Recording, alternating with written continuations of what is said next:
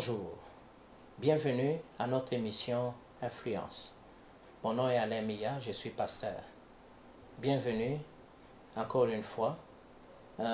Depuis quelque temps, nous enseignons sur leadership et comportement. C'est un enseignement que nous avons estimé important étant donné que le travail du leader consiste à stimuler et à vitaliser les individus dans la poursuite d'un but. Il est important que les leaders soient un expert en matière humaine. Ça doit être quelqu'un dans la gestion des ressources humaines qui maîtrise tout ce qui est lié aux attributs d'un individu.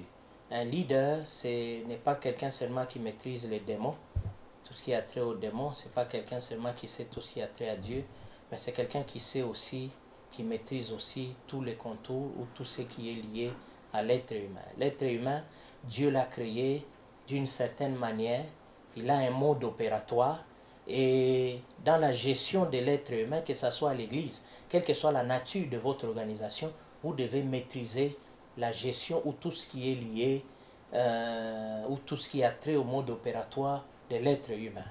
Et c'est ainsi que comme je disais la fois passée, certains comportementalistes ont fait des études qui peuvent permettre ou qui permettent à ce qu'on comprenne comment fonctionne l'homme.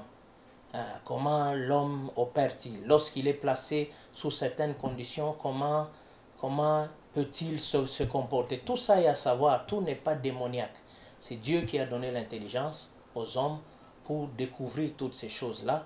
Et même dans la Bible, il y a certains comportements humains qui sont affichés au travers des lignes, au travers des livres.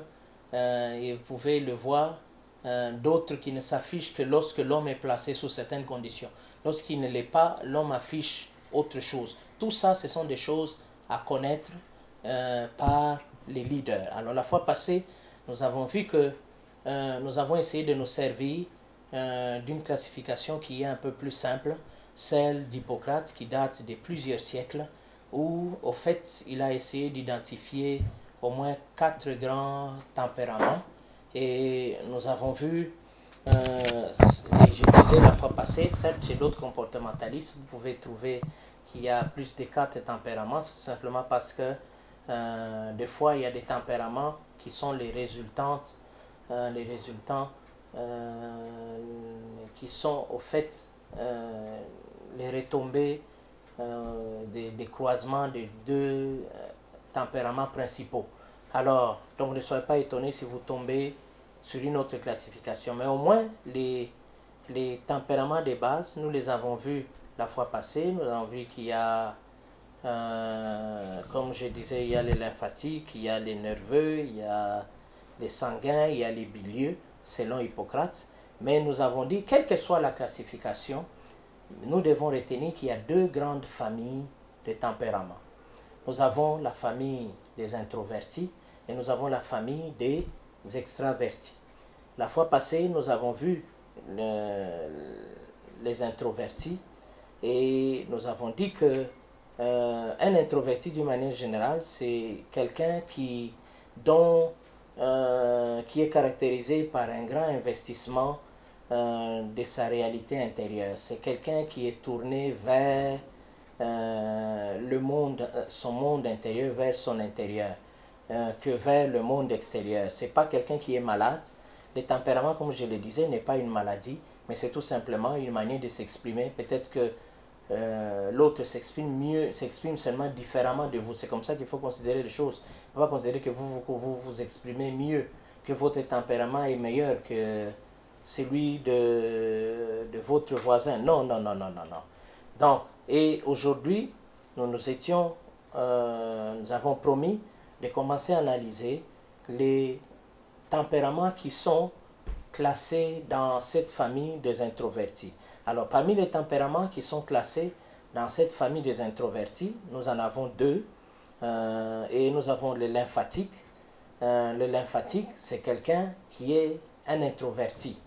Nous disons ceci, sa vitalité est centrée sur l'instinct de nutrition. des réserves avec une prédisposition à l'embonpoint. Ça, c'est ça l'essentiel de quelqu'un qui est lymphatique. C'est quelqu'un dont l'instinct est tourné vers la nutrition. Donc il y a des gens, c'est des gens comme ça, là, quand vous avez affaire à un lymphatique, il ne faut pas que cela vous dérange. C'est quelqu'un dont vous sentez que vraiment l'instinct est tourné vers la nourriture. Il doit se nourrir, il doit même faire des réserves pour être sûr qu'il n'en manquera pas. Et c'est ainsi qu'il est normal qu'il ait des tendances vers l'embonpoint. C'est quelqu'un, vous allez voir quand réellement il a tout ce qu'il faut, tout ce qu'il veut avoir, à manger, à ceci. Vous voyez toujours qu'il a tendance, vraiment est prédisposé à l'embonpoint. C'est quelqu'un qui a toujours, qui est en bonne santé, là, très joufflu, un grand cou. Vous sentez vraiment que le corps, les poitrines, les mains sont des grosses mains, vous sentez vraiment qu'il il y a une prédisposition à l'embonpoint. Bon, s'il ne fait pas attention aussi, et il ne maîtrise pas ces choses-là, il peut verser même vers l'obésité. Amen. Donc il est important que l'on fasse, que les lymphatiques fassent attention, mais c'est une manière, c'est parmi les choses qui les caractérisent. Alors, parmi les caractéristiques ou la caractéristique dominante chez un lymphatique, c'est la lenteur. Vous allez voir un lymphatique, c'est quelqu'un qui est lent. Vous allez voir réaction, vous allez voir déjà une réaction psychologique, les gestes, les paroles, la conception, la décision.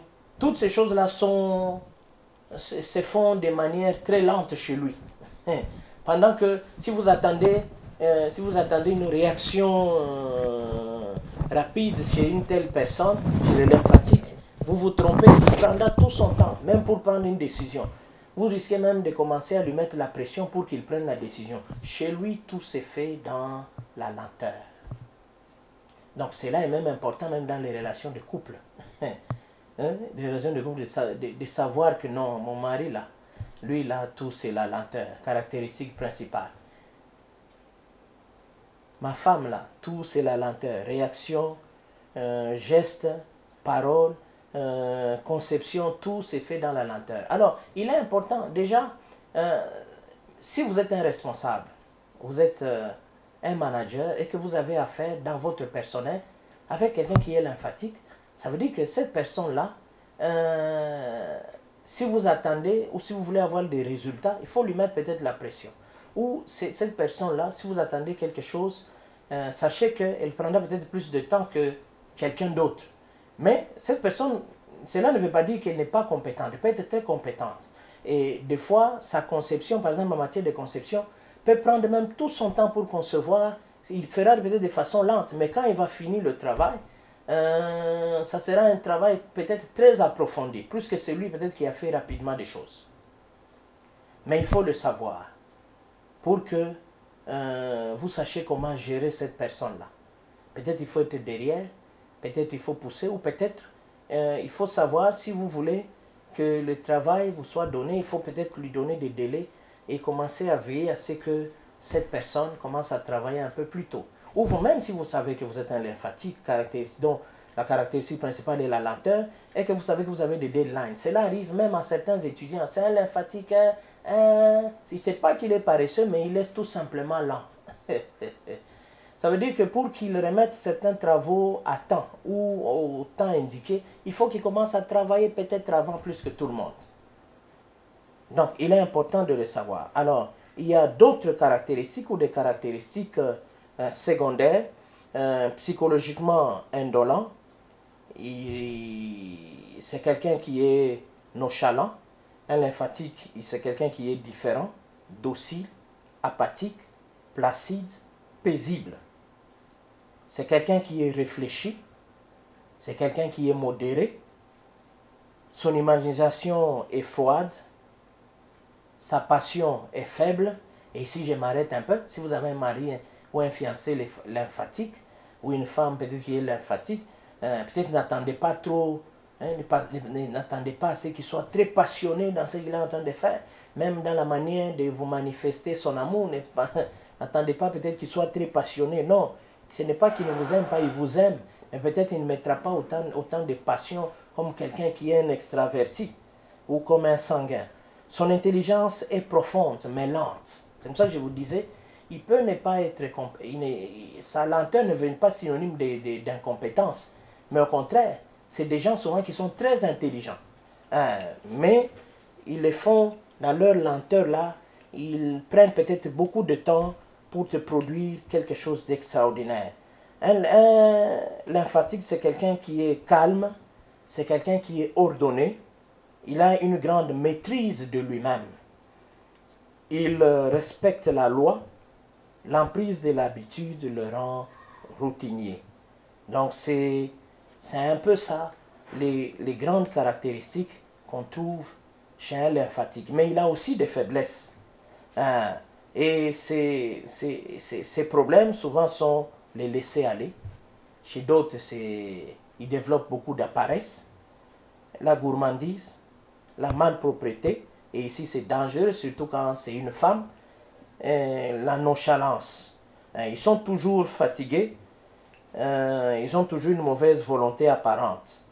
Ils paraissent souvent amorphes, asservis physiquement et moralement aux besoins organiques. Ça, ce sont des gens comme des Ésaü qui, pour des choses à manger, parce qu'il était très tourné vers les choses organiques, il a dû même hypothéquer son droit d'aînesse.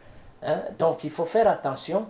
Quand vous savez aussi vous êtes un lymphatique, vous risquez d'être trop tourné vers les choses qui sont trop organiques. Alors, en dehors du lymphatique, toujours dans les mêmes groupes, dans la même famille des introvertis, nous trouvons aussi les nerveux. Alors, les nerveux, lorsqu'il est en bonne santé, il est frémissant, intuitif et subtil. Il exhibe souvent les attributs de persévérance et non agressive. Donc ce sont des choses que on trouve souvent chez les nerveux. Nous trouvons d'autres caractéristiques. Vous verrez qu'il est hypersensible et émotif, les nerveux. Il est changeant, voire instable. Il est vite abattu, mais un petit rien aussi lui redonne vite le courage. Ça, c'est des choses qu'on trouve chez les nerveux. Il est méditatif, puissant dans l'abstraction. Il est persévérant, il est profond. Lorsqu'il est dépressif, il devient lent.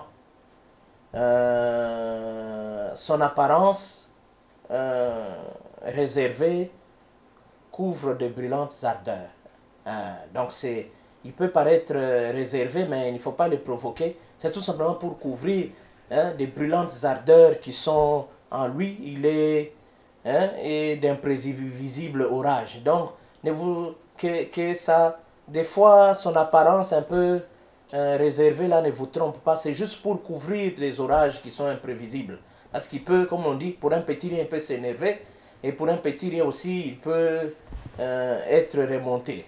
Donc, donc il faut faire attention. Il y a certaines hystéries, certains spasmes qui peuvent même se manifester chez les nerveux. Donc, ce sont là les grandes caractéristiques du nerveux. Et aujourd'hui, nous allons nous arrêter là. Nous allons continuer prochainement en voyant la famille des extravertis. Et ce sont là des choses que doit connaître en principe un leader. Il y a plusieurs ouvrages qui parlent du comportement encore en détail. Je vous recommande ou je vous exhorte à les lire. Je vous exhorte à faire vos propres études et cela va vous aider dans votre travail, cela va vous aider dans la gestion des hommes, que vous soyez pasteur, que vous soyez responsable d'entreprise, que vous soyez chef du personnel, que vous soyez directeur, que vous soyez CEO, que vous soyez directeur général. Ces choses sont importantes à connaître parce que vous gérez les hommes au quotidien et il est important de connaître ne fût-ce que les choses basiques liées au comportement de ces hommes ou de cet homme que vous êtes appelés à gérer. Dieu a créé l'homme d'une certaine manière, et Dieu ou l'homme que Dieu a créé a un mode opératoire, et vous êtes appelés à connaître le mode opératoire de cet homme-là. De même que nous lisons la Bible, de même que nous lisons beaucoup de livres pour connaître Satan, ceci, cela, nous écoutons des témoignages, nous sommes aussi appelés à savoir tout ce qui est lié à l'homme. Même dans l'église, tout ce que, des fois on chasse les démons, là où il ne faut pas chasser les démons. Il faut tout simplement comprendre comment l'homme fonctionne, comment l'homme opère, et certaines choses, vous allez les résoudre tout simplement en donnant un conseil, en comprenant que ici c'est ça et ça qui entre en jeu, en donnant seulement un conseil, et ces choses ici que nous vous disons, vous donneront la sagesse pour gérer ces hommes-là qui sont sous votre autorité ou sous votre gestion. Que Dieu vous bénisse et à la prochaine. Merci.